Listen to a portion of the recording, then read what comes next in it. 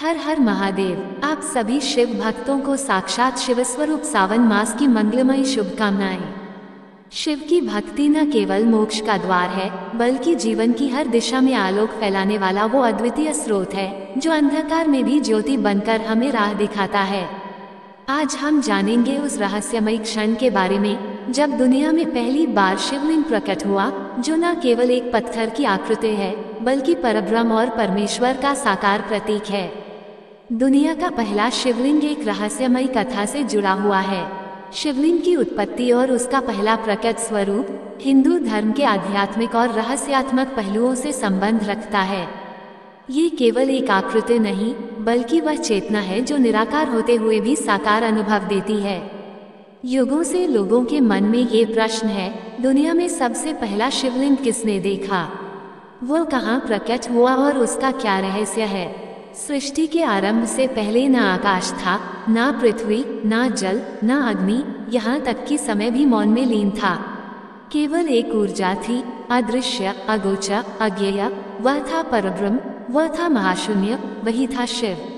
हिंदू धर्म ग्रंथों के अनुसार शिव कोई सामान्य देवता नहीं, बल्कि संपूर्ण ब्रह्मांड की चेतना है और उस चेतना का प्रथम दृश्य स्वरूप ही है शिवलिंग। एक पौराणिक कथा बताती है कि ब्रह्मा और विष्णु के मध्य श्रेष्ठता को लेकर विवाद हुआ। ब्रह्मा ने स्वयं को सृष्टिकर्ता मानते हुए सर्वश्रेष्ठ कहा, जबकि विष्णु, जो पालनकर्ता थे, स्वयं को अधिक महत्वपूर्ण मानते थे। तभी एक दिव्य, रहस्यमयी और तेजस्वी अग्निस्तंभ प्रकट हुआ। ये स्तंभ इतना विशाल था कि उसका कोई सिरा और आधार दिखाई नहीं देता था। ब्रह्मा उसे ऊपर की ओर खोजने चल पड़े और विष्णु नीचे की ओर।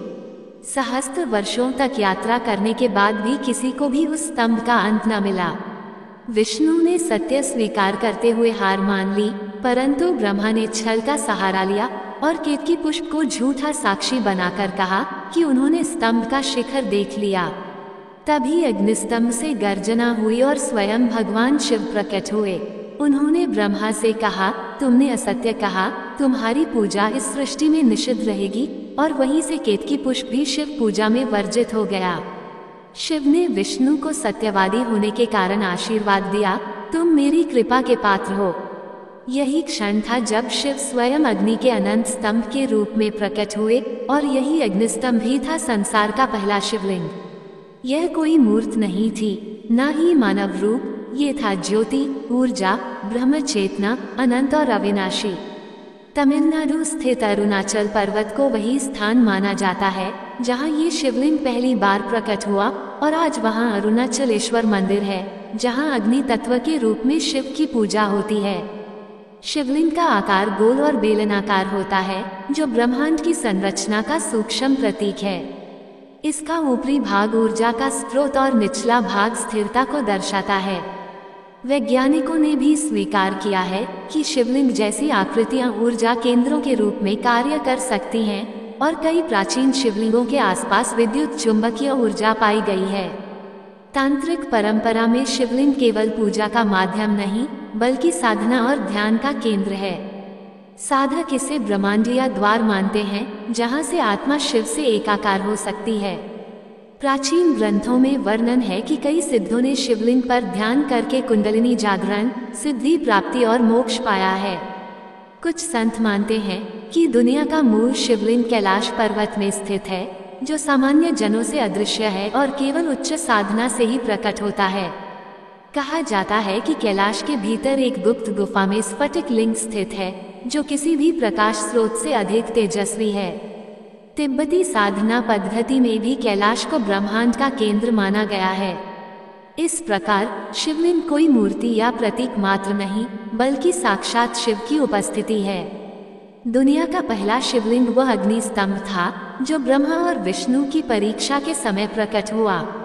ये लिंग न साकार है न निराकार, यह ऊर्जा है, चेतना है, शिव स्वरूप है और आज भी वह शिवलिंग न केवल अरुणाचल में पूजित है, बल्कि हर साधक के हृदय में प्रज्वलित है, क्योंकि शिव को देखने के लिए आंखें नहीं, श्रद्धा चाहिए। शिवलिंग को समझने के लिए तर्क नहीं, समर्पण चाहिए। शिवलिंग का विस्तार सप्तद्वीपों में शिव की उपस्थिति का प्रतीक है। भगवान शिव, जिनका कोई आरंभ नहीं, कोई अंत नहीं। वे केवल कैलाश या अरुणाचल तक सीमित नहीं थे। सृष्टि के हर कोने में, हर द्वीप में, हर लोक में उनका अंश मौजूद था। शिवलिंग उस दिव्यता का ऐसा रूप है जो धरती के अलग अलग स्थानों पर ऊर्जा केंद्र के रूप में स्थापित हुआ। पुराणों के अनुसार सृष्टि के आरंभ में शिव ने ब्रह्मा और विष्णु के आज्ञा पर अपने अलग अलग रूपों में अवतरण किया। यही अवतरण बाद में ज्योतिर्लिंगों के रूप में पृथ्वी पर प्रकट हुए। हर ज्योतिर्लिंग का स्थान कोई साधारण स्थल नहीं था। वे सभी विशेष ऊर्जा नाभियां थीं, जिनसे ब्रह्मांडीय चेतना पृथ्वी पर प्रवाहित होती है। अब बात करते हैं उन 12 दिव्य ज्योतिर्लिंगों की, जिन्हें शिव के अनंत स्वरूपों के रूप में माना जाता है और जिनका संबंध पहले शिवलिंग की अग्नि ज्योति से जुड़ा हुआ है। एक सोमनाथ, गुजरात, सबसे प्राचीन माने जाने वाला ज्योतिर्लिंग, जहां चंद्रदेव ने शिव की आराधना करके इसे स्थापित किया था। ये पहला स्थान था जिसने शिव को रोग निवारक के रूप में पूजा। दूसरा मल्लिकार्जुन, आंध्र प्रदेश, यहाँ शिव और पार्वती दोनों की उपस्थिति मानी जाती है। इसे दक्षिण का कैलाश भी कहा जाता है। तीसरा महाकालेश्वर, उज्जैन, मध्य प्रदेश, कालों के भी काल, महाकाल। ये लिंग भूत, भविष्य, वर्तमान के बंधनों से परे है। 4 ओंकारेश्वर, मध्य प्रदेश, नर्मदा के द्वीप पर बसा ये लिंग ओम ध्वनि की अनुकृति है, ब्रह्मांड की पहली ध्वनि। 5वां केदारनाथ, उत्तराखंड, शिव के तांडव और ध्यान स्वरूप का प्रतिनिधित्व करता है। हिमालय के गर्भ में बसा ये ज्योतिर्लिंग आज भी रहस्यमय शक्तियों से घिरा हुआ है। 6 भीमाशंकर, महाराष्ट्र, शिव ने राक्षस त्रिपुरासुर का वध कर इस स्थान को पवित्र किया। यह ऊर्जा और क्रोध का संगम है। 7 काशी विश्वनाथ, वाराणसी, वही स्थान है जहां माना जाता है कि शिव स्वयं बसते हैं और यह नगर कभी नष्ट नहीं होता। 8 त्रयंबकेश्वर, महाराष्ट्र, ये लिंग त्रिदेवों की एकता का प्रतीक है, ब्रह्मा, विष्णु और महेश। 9 वैद्यनाथ, झारखंड, बिहार, यहाँ शिव ने रावण को वरदान देने हेतु अपना लिंग स्थापित करवाया था। इसे आरोग्य शिव के रूप में पूजा जाता है। 10 नागेश्वर, गुजरात, शिव ने यहाँ दारुक नामक राक्षस का वध किया था। ये लिंग दुष्टों के विनाशक के रूप में प्रसिद्ध है। 11 रामेश्वरम, तमिलनाडु, भगवान राम ने शिवलिंग स्थापित कर रामेश्वर का पूजन किया। यहाँ शिव और विष्णु की एकता दिखती है। 12 कृष्णेश्वर, महाराष्ट्र, यह 12वां और अंतिम ज्योतिर्लिंग है जहाँ शिव का दया और करुणा स्वरूप प्रकट होता है। यह 12 ज्योतिर्लिंग धरती पर किसी रेखीय गणना से नहीं बने, बल्कि इनके स्थान ब्रह्मांडीय ऊर्जा केंद्रों के आधार पर तय किए गए। आधुनिक विज्ञान इन्हें जियोमैग्नेटिक पॉइंट्स या वर्टेक्स पॉइंट्स कहता है, जिनसे पृथ्वी पर ऊर्जा बहाव नियंत्रित होता है। शिवलिंगों की स्थापना वहीं हुई जहां धरती की चेतना सबसे अधिक सक्रिय होती है। यही कारण है कि इन स्थानों पर ध्यान, पूजा और मंत्रोच्चारण का प्रभाव कई गुना बढ़ जाता है। इन ज्योतिर्लिंगों के साथ हजारों रहस्यमयी और चमत्कारी घटनाएं जुड़ी हुई हैं। सोमनाथ पर हुए 17 हमले भी इसे मिटा नहीं सके। हर बार शिवलिंग फिर से प्रकट हो गया। काशी विश्वनाथ में मंदिर तोड़े गए, पर शिवलिंग पुनः धरती से बाहर आ गया।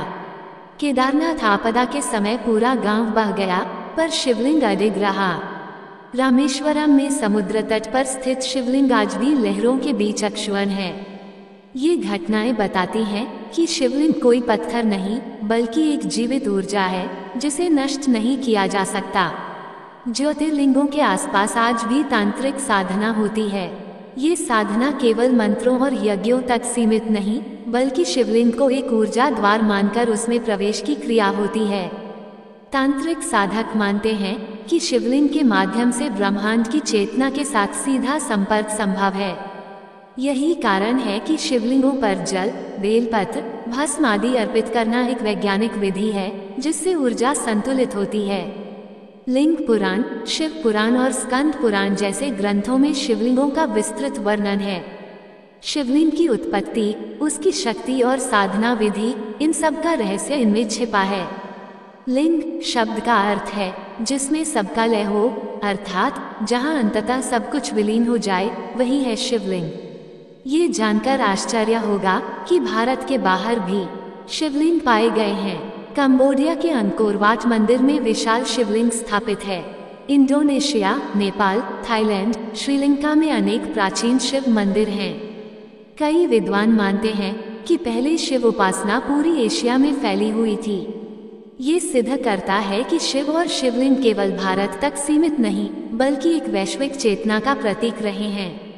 शिवलिंग को प्राचीन काल से श्रद्धा और आस्था का केंद्र माना जाता रहा है, परंतु आधुनिक युग में वैज्ञानिकों ने भी शिवलिंग की बनावट, प्रभाव और ऊर्जा को लेकर गहन अध्ययन किया है। अनेक शोधों में पाया गया है कि शिवलिंग न केवल धार्मिक, बल्कि ऊर्जा संतुलन और ब्रह्मांडीय मॉडल का भी प्रतीक है। एक, शिवलिंग की बनावट और ऊर्जा। शिवलिंग की बेलनाकार संरचना चुंबकीय ऊर्जा को आकर्षित करती है। इसकी सतह पर जल या दूध अर्पण करने से विद्युत ऊर्जा और स्पंदन उत्पन्न होते हैं, जो मानसिक शांति और ध्यान की स्थिति को गहराते हैं।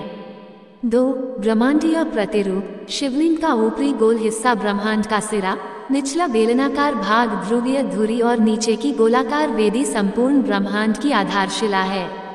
यह मॉडल हमें गैलेक्सी, ब्लैक होल और ब्रह्मांड के स्पिनिंग सिस्टम की याद दिलाता है। आधुनिक खगोल वैज्ञानिक मानते हैं कि ब्रह्मांड की उत्पत्ति एक सिंगुलैरिटी से हुई, एक बिंदु जहां समय, स्थान और ऊर्जा एकीकृत थे, और यह अवधारणा आश्चर्यजनक रूप से शिवलिंग से मेल खाती है। शिवलिंग की आकृति एक ऐसी ऊर्जा संरचना है जिसमें सारा अस्तित्व विलीन हो सकता है। जैसे ब्रह्मांड बिग बैंग से फैला, वैसे ही शिवलिंग भी विस्तार और संकुचन दोनों का प्रतीक है। भारत के कई प्राचीन मंदिरों में शिवलिंग के ऊपर स्थापित कलश और ऊर्जा संरचना भी इस सिद्धांत को बल देती है। सदियों से शिवलिंग केवल पूजन का स्थान नहीं रहा, वह ध्यान और समाधि का केंद्र भी रहा है। महर्षि पतंजलि, अगस्त्य, वशिष्ठ और अन्य कई ऋषियों ने शिवलिंग के समक्ष साधना कर अतिमानवीय शक्तियां प्राप्त की।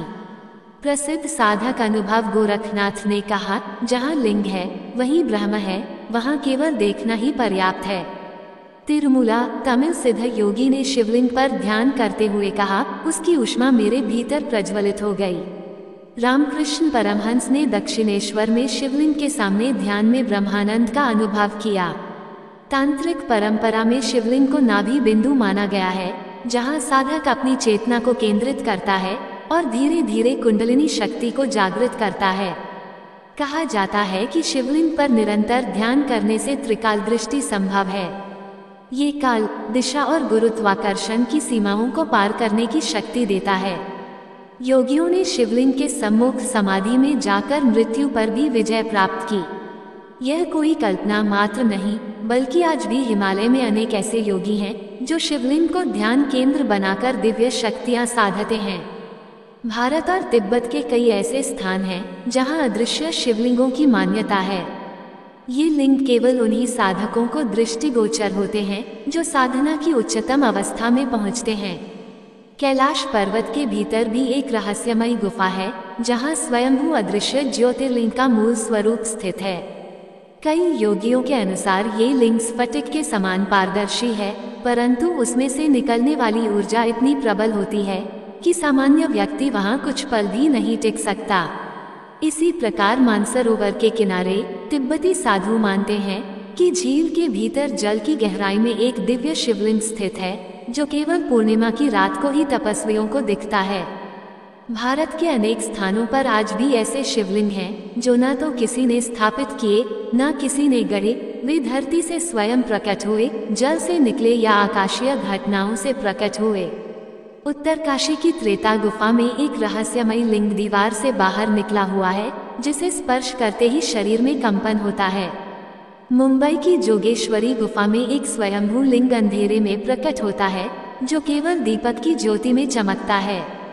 महाराष्ट्र के भीमाशंकर वन में मूल शिवलिंग घने जंगलों के बीच छिपा है, जिसे पाने के लिए हफ्तों की कठिन पदयात्रा करनी पड़ती है। अब प्रश्न उठता है, क्या शिवलिंग और अंतरिक्ष के बीच कोई संबंध है? कई वैज्ञानिकों का मानना है कि प्राचीन शिवलिंगों की स्थापना विशेष खगोलीय नक्षत्रों और ग्रहों के संरेखन को देखकर की गई थी।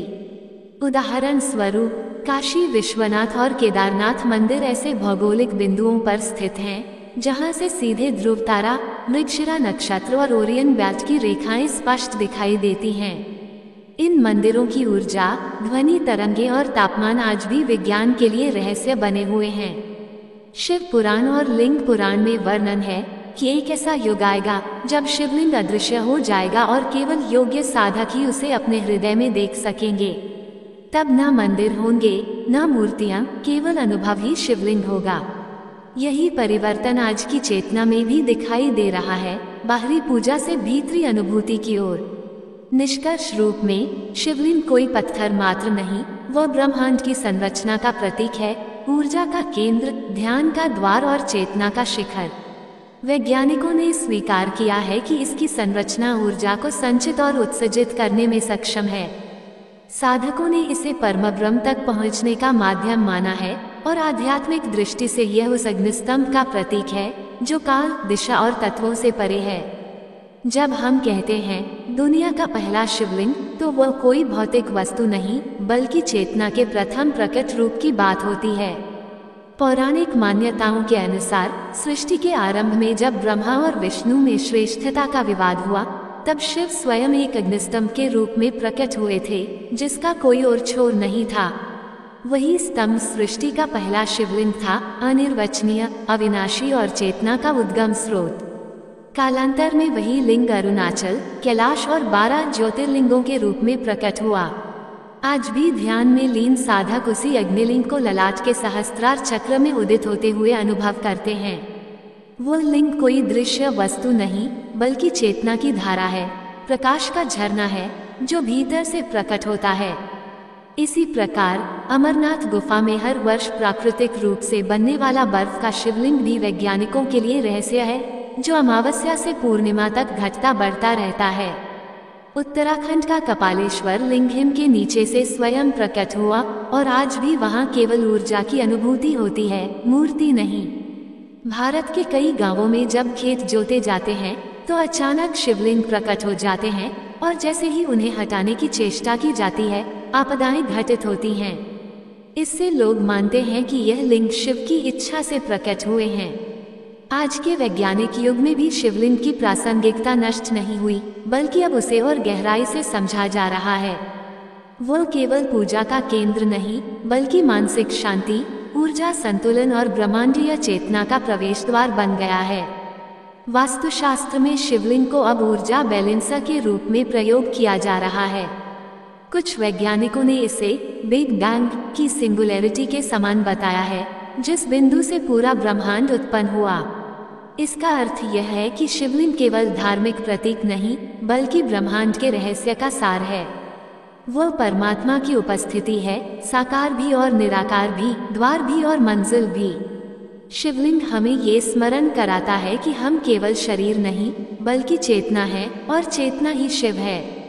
दुनिया का पहला शिवलिंग कोई ऐतिहासिक वस्तु नहीं, वह ब्रह्मांड की पहली लय, पहला नाद, पहली ज्योति है।